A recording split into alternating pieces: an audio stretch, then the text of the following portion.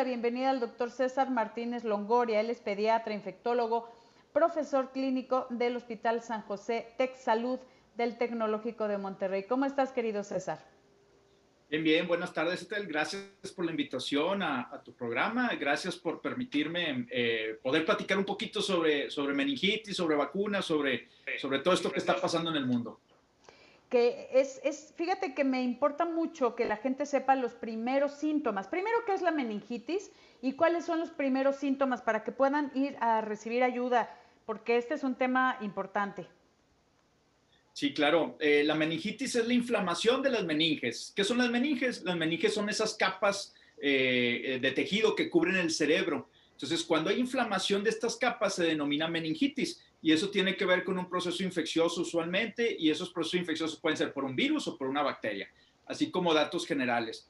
La meningitis puede ser algo relativamente sencillo, que en un par de días mejore el paciente y pase incluso a veces desapercibida, hasta cuadros sumamente graves que pueden llevar hacia la muerte. Ese es, en términos generales, la meningitis. Y en relación con tu segunda pregunta de los síntomas que inician, casi de ley, el paciente tiene fiebre. Empiezan con fiebre los pacientes, dependiendo de la edad van a ser la sintomatología. Es mucho más frecuente que se presenten en los niños, y en los niños los datos que nos van a dar, ellos no nos saben referir muchas de las ocasiones que tienen dolor de cabeza, que tienen cefalea. Entonces, ¿cómo nos vamos a dar cuenta? Que el paciente va a estar irritable, muy necio, muy llorón, en el caso de los niños pequeños, o puede estar con mucho sueño, disminuyendo las actividades físicas que habitualmente desarrolla. Y si esto sigue avanzando, puede haber cuestiones mucho más evidentes como crisis convulsivas o alteraciones en la personalidad o en el comportamiento de manera más intensa. Sin embargo, lo importante es, paciente con fiebre, que tenemos una alteración en la conducta, tendríamos que pensar que pudiera ser un caso de meningitis.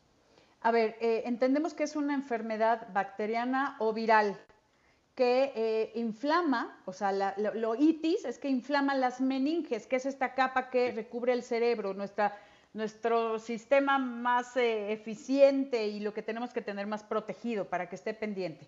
Entonces, normalmente se da en los niños o hay también meningitis del adulto. Y déjame decirle que fue este pasado 24 de abril que se conmemoró el Día Mundial contra la Meningitis. Por eso decidimos hacer este programa para hablar de esta patología que ha tomado muchas vidas. Así es, el 24 de abril es el Día Mundial de la Meningitis, de lo que trata el día es de esto, de dar información sobre la enfermedad, dar información sobre cómo identificarla, cómo tratarla y cómo prevenirla. Esa es la idea general de esto. Sí. Y realmente, aunque la meningitis es mucho más frecuente en los niños, también puede haber casos en adultos. Tenemos algún antecedente muy sonado que han salido en los medios inclusive, no sé si recuerdan, hace casi un año, un poco más de un año, salió el caso de un muchacho de la Universidad Nacional Autónoma de México que fue a trabajar y fue a hacer una estancia en España, después se fue para las fiestas decembrinas a Francia, desarrolló meningitis por una bacteria sumamente agresiva, que lo llevó a estar al borde de la muerte, estar internado 6 meses en Francia, y eventualmente regresó aquí a nuestro país alrededor de junio, pero con complicaciones muy serias como la amputación de una pierna, la amputación de los dedos de una...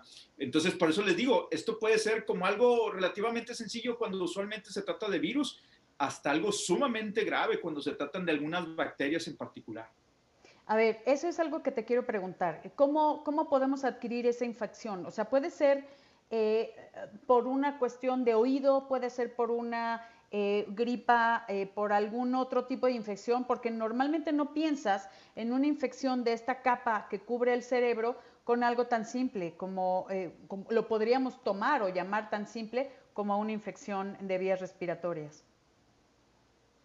Así es, la transmisión de los virus y las bacterias que producen la enfermedad se da de persona a persona.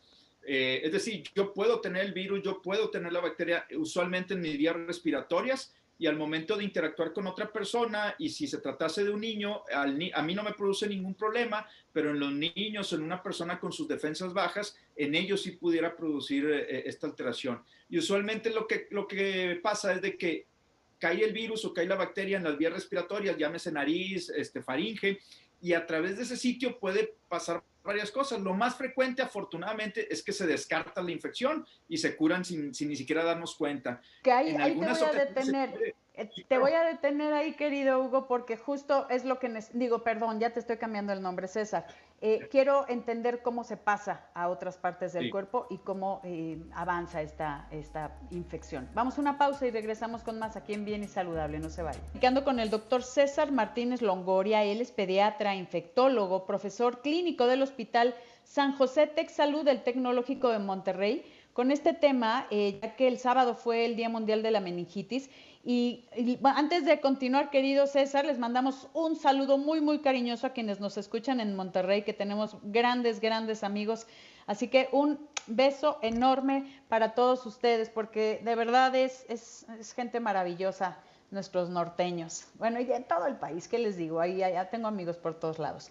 A ver, querido César, estábamos hablando de cómo puede ser que una infección de vías respiratorias, una infección de oído, se vaya y haga un estrago en las meninges, que para las personas que están recién acompañándonos, la meningitis es la inflamación de la capa que cubre el cerebro y obviamente da muchísimos problemas.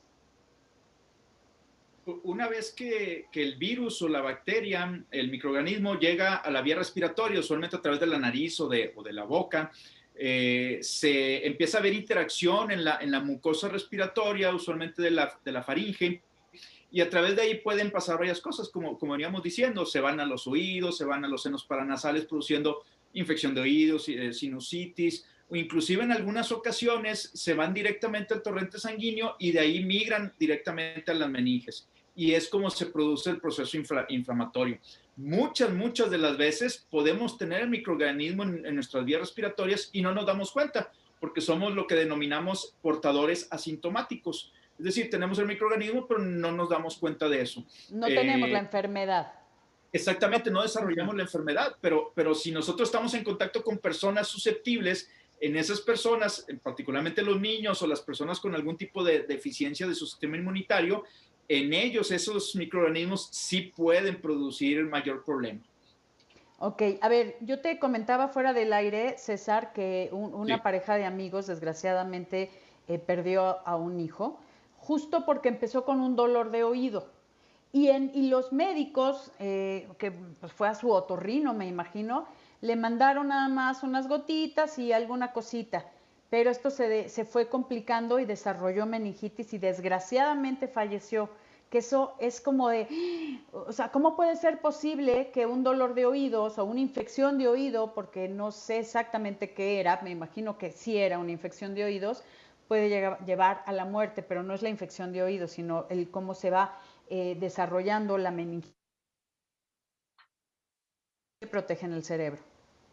Sí, claro, y así como comentas, esos casos catastróficos, tenemos muchos, desafortunadamente tenemos muchos de esos casos en donde un proceso infeccioso trivial o hasta cierto punto sencillo puede desembocar en una complicación tan severa, tan grave como un proceso meningio. Entonces, sí, esa es una de las situaciones que pueden ocurrir relacionadas con meningitis. El hecho de que tengamos una infección en el oído, en los senos paranasales, una infección en las vías respiratorias, ese puede ser el detonante para que el microorganismo migre hacia las meninges y nos produzca un problema más grave, en este caso meningitis. Sí, ¿tenemos que estar nuestro sistema inmune deprimido o puede ser a cualquier persona? No, puede ser prácticamente en cualquier persona. Sin embargo, hemos comentado que en los niños es más frecuente. ¿Por qué? En los niños, en general, los procesos infecciosos son más frecuentes por tener un sistema inmunológico que todavía no madura, ¿sí? Hay que recordar que cada vez que nos sometemos al reto infeccioso o al reto de una vacuna, de un microorganismo, desarrollamos defensa contra eso. Entonces los niños que no han estado con estos retos infecciosos, pues obviamente pueden ser susceptibles a ello. Conforme van creciendo, conforme vamos avanzando en la edad, nos vamos haciendo resistentes a ese tipo de procesos infecciosos. Por eso en los adultos es menos frecuente los cuadros de meningitis. Sin embargo, además de los niños como grupo de edad, Otros grupos, en particular los grupos que tienen alguna alteración en su sistema inmunológico, llámense pacientes con cáncer, pacientes con VIH o pacientes con enfermedades crónico-degenerativas como diabetes, hipertensión, que pueden hacer que su sistema inmunológico no funcione al 100%, ellos también pudieran ser susceptibles a cuadros de meningitis. A ver, este muchacho que nos comentaste, que estuvo, un mexicano que estuvo en Francia por una meningitis, ¿qué es lo que sucedió? ¿También era susceptible a infecciones? ¿No tenía bien desarrollado su sistema de defensa? ¿O qué te dicen? ¿O qué se supo? Sí, fíjate, este es el otro gran rubro de meningitis que se da en pacientes sanos, pero que reúnen ciertos criterios de riesgo. ¿Qué criterios de riesgo particularmente? Hay ciertos padecimientos por bacterias, particularmente una bacteria que se denomina meningococo, Neisseria meningitidis. Esta bacteria se asocia mucho con el contacto persona a persona estrecho, pacientes que viven en hacinamiento, es decir, que viven muchos juntos en un área, sí, pacientes que viven como los reclutas militares, como los universitarios que viven en estas casas donde viven muchos de ellos cuando van a estudiar a la universidad. Ese es un factor de riesgo. Otro factor de riesgo agregado es áreas donde circulan mucho estas bacterias. Llámense, por ejemplo, en África, particularmente en África, por debajo del desierto del Sahara, hay un área muy intensa de esta bacteria, pero también en Europa. Y eso tiene que ver mucho con la migración también de las personas. En Europa hay ciertas ciudades, ciertos países en donde hay una mayor incidencia de infecciones por este tipo de microorganismos. Entonces, muchos de estos padecimientos que son prevenibles por vacunación, cuando uno viaja al exterior, cuando sale del país, se tiene que considerar la aplicación de una vacuna o una manera de prevenir este tipo de infecciones, porque nosotros aquí en México tenemos muy baja la incidencia de esta enfermedad de meningococo, pero cuando viajamos a estos sitios tendríamos que considerar la aplicación de la vacuna. Y no necesitas estar enfermo ni tampoco ser niño para estar en riesgo, ¿sí? Entonces, el hacinamiento, viajar a estos sitios y otras cuestiones relacionadas, por ejemplo, con el tabaquismo. Personas que fuman, se ha documentado que aumenta el riesgo no solamente de esta bacteria, sino de muchas bacterias respiratorias o que entran por la vía respiratoria. Entonces, lo que pasó en este muchacho es que es un muchacho mexicano, 26 años, viajó a España, estuvo conviviendo en España, viaja a Francia, a Marsella, para convivir en las fiestas de invierno. Muy probablemente la convivencia con personas de esa área, de ese país, fue lo que condicionó la transmisión a este chico, la adquisición de la enfermedad y eventualmente la meningitis y la infección generalizada en todo el cuerpo. ¿Qué es lo que vamos a hablar de la sintomatología al regreso? Dando con el doctor César Martínez Longoria, él es pediatra infectólogo, profesor clínico del Hospital San José, TecSalud del Tecnológico de Monterrey, acerca de la meningitis, porque